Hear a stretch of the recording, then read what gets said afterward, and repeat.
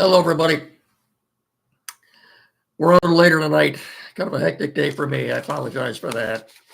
It's Friday, and from the Frank Beck Chevrolet Studio Annex, this is Time Out Overtime on the Time Out Overtime YouTube channel. I'm Rick Arsenault, and please, if you haven't done so yet, first of all, thank you so much for watching and listening. If you haven't done so yet, get down there in the corner, please, and smash that like and subscribe button. Thank you very much. As you saw in the headline, Tigers got more bad news. They lost another key player to injury. We'll get into that momentarily, as well as try to get you caught up on what's going on in the sports world around us. And then we'll get on with our weekend, and it looks like it's going to be a fairly decent weekend weather-wise. At least the second half of today was a nice day anyway. So here we go. Tomorrow is the day. Tomorrow is the day. Tomorrow morning from 8 to 11 in the Frank Beck Chevrolet showroom. It's the annual Maggie Fry Scholarship Breakfast from 8 to 11 in Beck showroom. I was just out there today, and they're already set up, and they're good to go. Things look great, and we hope to see everybody out there tomorrow morning from 8 to 11. The Maggie Fry Scholarship Breakfast. Have yourself and enjoy a pancake and sausage breakfast. All for donation. Proceeds will benefit the Maggie Fry Scholarship Fund, helping your nurses. Want to see you all out there. Yeah, I guarantee you a great time and a great breakfast. A lot of camaraderie. It'll be a beautiful morning tomorrow. Want to see everybody out there bright and early. No excuses, and a lot of fun. I believe this will be at least the fourth annual Maggie Fry Scholarship Breakfast, benefiting area nurses. So come on out there and experience the Frank Beck community support difference. We'll see everybody out there. And don't forget, Chevrolet together. Let's drive. Chevy Drive, Southern Michigan. And Frank Beck Chevrolet, as I've said many times before, no question about it, is the number one Chevrolet dealer right here in the tri-state area. Pardon me.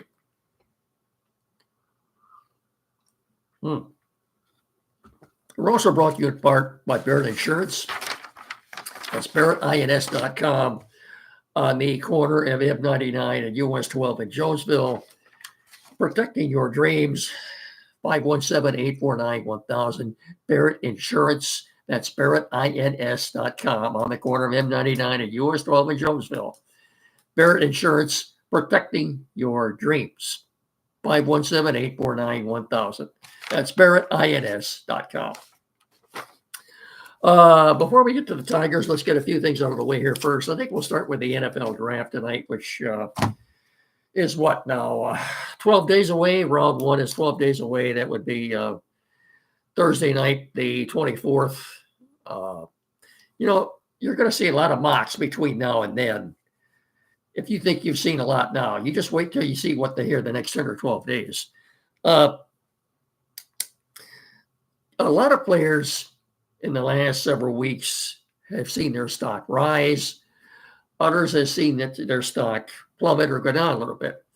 That's a normal process the closer you get to the NFL draft. To give you an example, of course, the Lions are predicted to be moving up in the draft. Apparently, was it USA Today, I think, reported earlier in the week. Brad Holmes is already talking to different teams about moving up. How far up do you want to move? I don't know. I did see one predicted draft that had the Lions moving up all the way from 28 to 11. Who's at 11? The 49ers. And they had the Lions with that 11th pick taking Mykel Williams, the edge out of Georgia. And then I saw another draft. Again, what would the Lions have to do to move from 28 to 11? Well, they suggested a 1 and a 3 this year and a 1 next year. That's hard to fathom Brad Holmes doing that, but this is what they were mocking. However, Mykel Williams, the player I just referred to, then I looked at another draft that had the Lions staying right where they are at 28 and taking the same Mykel Williams. And they show you the wide disparity you have in mock drafts now this time of year. I'm still, again, I'm not much on predicting, and have been lately, on making like I got a crystal ball or something. I don't. I just feel like the Lions, Brad Holmes and Dan Campbell realize the most important component of any football team is his offensive line. The Lions have had an elite line since Holmes and Campbell have been here. I think they want to maintain that status. And because of that, I think with the 28th pick, regardless of whether they move up or not, I think they're taking an offensive lineman. I think your starting guards this year will be Christian Mahogany and whoever they take with the 28th pick. So we'll see. It could be. I'm hoping it's Gray Zabel, the big offensive lineman out of North Dakota State, because he's the Lions kind of player. He's got the size, of course, but he can play 5 different positions on that offensive line. Left tackle, left guard, center, right tackle, right guard. He can play any of those positions and effectively. I just think he's their kind of player. And I think that, like I said, I think they want to maintain the status of having an elite offensive line. Graham Glasgow, I think, will be, while he's still going to be here this coming season, I think he will be there for depth coming off the bench. I think they want to get younger on that offensive line. And this will enable them to do that. But again, boy, it's tough. I've seen Shamir Stewart, the edge rusher out of Texas A&M, the edge / linebacker out of Boston College, Donovan Izuriku, or I think that's close enough. It's been, you name it. I've even seen Jean Campbell, the linebacker out of Alabama. I don't think they'll be taking a wide receiver with the first couple of picks. But I sure wouldn't want to play poker with Brad Holmes. You just don't know what he's going to do. I think if I was a betting man, which I'm not, I think they're going to move up. It just depends on how smitten they are with a young man that they want as to how much they're going to concede in order to do that. So we'll have to wait and see right now. I don't know. Nobody does. And like I said, the closer we get to the 24th, the more mocks you're going to see. Bill Kuiper's already done 2, I think. Michael Stone did his first this morning on the ticket. And who did he have the Lions taking at 28? Was it Williams? Micah Williams? I think he did. Hey, if Micah Williams is still there with the 28th pick, I'll be doing handstands. If I was Brad Holmes, I'd be running up to the podium with that little card in my hand to say the Lions with the 28th pick. It's Commissioner makes the announcement. Micah Williams, edge, Georgia. He's got the size, about the same size as Hutch, 6'5", about 265. Look, whatever Brad Holmes does, you have to have faith in him. This is his expertise, is the NFL draft. And as they say, let Brad cook. And it sounds to me like he's already cooking. We talked about that the other day. No. We'll have more about the draft. Maybe I'll even do a mock, 1 or 2 more mocks before we get to the night of the 24th.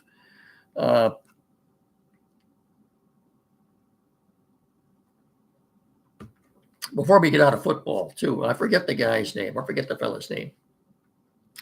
He is the one who's primarily responsible for putting the NFL schedule together. In an interview this week with The Athletic, he said the schedule will come out either May 13th, 14th, or 15th. He also said the Lions will be heavily featured in primetime national games because everybody wants to see the Lions. They're a good drawing card. So what would they, 5 or 6 or 7 maybe primetime games last year? It could be more than that this year, including Christmas Day. No. We'd like to see the Lions play on Christmas Day. That means they'd be playing on both Thanksgiving and Christmas. Well, anyway, you've got what you got the NFL draft, and then right after that, maybe about a week after that, uh, first week in May, then you've got most of your rookie mini camps, and then the schedule comes out week after that. So can't wait to see that. Something to look forward to. And this guy, and I don't remember his name now, but he said the Lions will be heavily featured this year in prime time. So look forward to that. And I still think, when would that be? Thursday night, September the 4th, I think, is the kickoff. And the early word is the Lions will be paying the Eagles a visit at the Lincoln Financial Field. So we'll see if that first game is the Lions and the Eagles. That'd be a great matchup. I think a lot of people like to see that, but we'll just have to wait a few more weeks for that, won't we? Now, quickly, Pistons beat the Knicks last night. So that means they took 3 out of 4 from the Knicks this year. More than likely, they'll be playing the Knicks in the first round.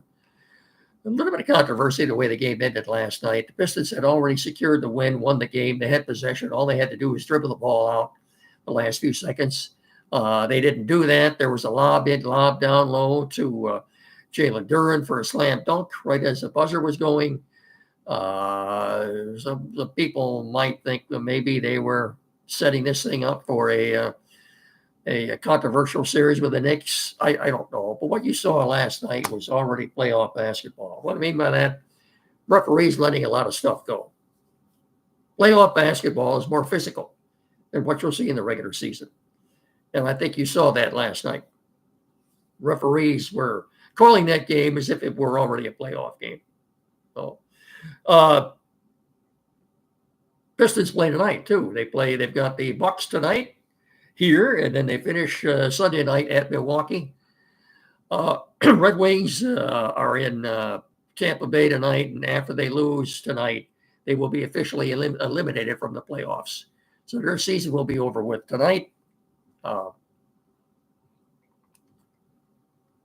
What's wrong with the Red Wings? We'll get into that later on, but for right now, I'll tell you, it's goaltending is not even adequate.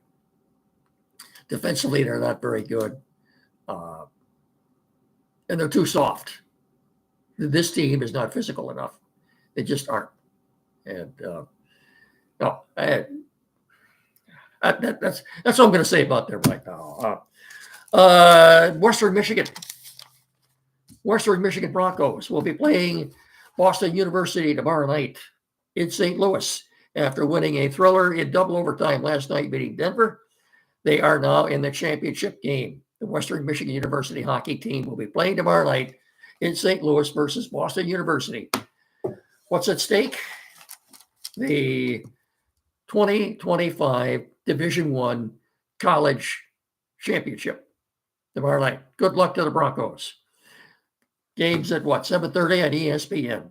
Oh, by the way, too.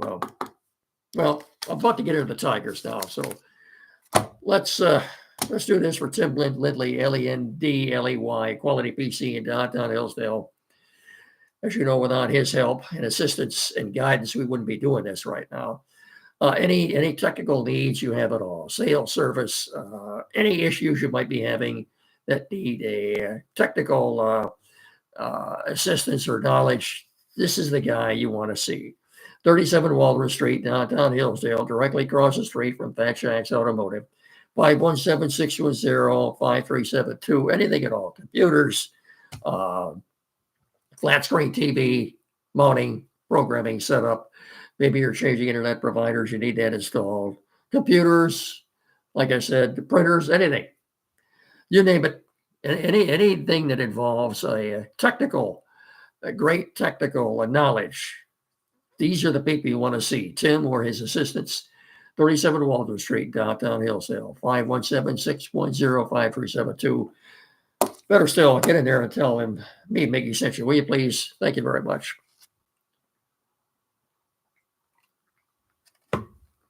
Now, more bad news for the Tigers on the injury front. They have lost catcher Jake Rogers for at least a month with a strained oblique muscle. I have a hunch this happened the other day when he had to slide into home plate head first. And then the next day he was having issues. Anyway, he's gone now for at least a month, probably until Mother's Day anyway. Hey, this is Dylan Dingler's chance now to really show his stuff. Show us what he's got. He's had a promising start. He's obviously going to get a lot more playing time now than he was expecting to get. To replace Rogers, the Tigers have called up a catcher from Toledo by the name of Tomas Dino, D-I-N-O, or Nino, maybe N-I-N-O. Journeyman catcher. He's 30 years old. He's got a career batting average of like 263. He bats right, throws right. I doubt if he'll get much playing time. I guess he's a journeyman, native Dominican, and I don't know much about him except for the fact that, like you said, he's got a 263 batting average. The guy's 30 years old. I don't think you're going to see much of him. He's just there in case something happens to Dinkler. Or if Hinch thinks Dinkler needs a rest or whatever, if they happen to have a make-out doubleheader they're playing, whatever the situation might be. I don't think he'll. Look, 95% of the time, we're going to see Dylan Dinkler as he is in there tonight. Pitching matchups, and again, how are the Lions and the Tigers both snake bit when it comes to injuries? And man, it sure looks that way, doesn't it? Boy, how many key players can you afford to lose and still be effective to go out and win?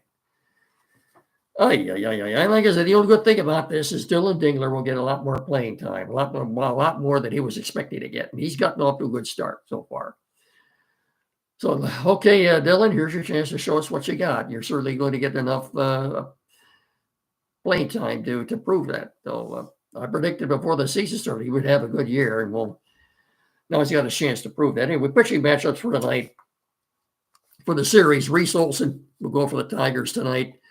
He's got an ERA of 5.06. He's 1-1 with 10 strikeouts. For the Twins, David Festa, Festa, will be making his first start of the season tonight. Night game. What time? 8:20 on Apple. The game tonight is at 8:10. The game tonight is at 8:10, and it's on Apple. So if you want to get it, you'll have to have Apple, and you'll have to stream it. Day games the next 2 days. Jackson Jobe for us tomorrow. He's got an ERA of 5 with 7 strikeouts versus right-hander Chris Paddock. He's 0-1 with a ballooned ERA of 14.73. That's Chris Paddock's. These are all right-handers, by the way. ERA 14.7. He's going tomorrow for the Twins. And then Sunday, Casey Mize goes for us. He's 2-0 with a nice ERA of 0.77. Already has 12 strikeouts. Simeon Woods Richardson will be pitching for the Twins on Sunday afternoon. He's 0-1 with an ERA of 5.60 with 11 strikeouts. Oh, quickly, before we get you off to the weekend, the starting lineup tonight for the Tigers. Welcome back, Gleyber Torres. He's leading off playing second base. Kerry Carpenter will bat second in left field. Ronnie Green batting third in center field. Spencer Torkelson at first base will be hitting cleanup. Interesting, Colt Keith tonight will be batting fifth, and he is the designated hitter tonight. Probably a good move on the part of A.J. Hinch. Batting sixth, Zach McKinstry will be at right field. Dylan Dingler, who we were just talking about, will catch and bat seventh. Trey Sweeney, the shortstop, will hit ninth. And Javier Baez, I'm sorry, did I say Tweedy? Trey Sweeney is the shortstop. He will bat eighth, of course. And then batting ninth is Javier Baez at third base. That's what happens when you try talking too fast to get out of here. But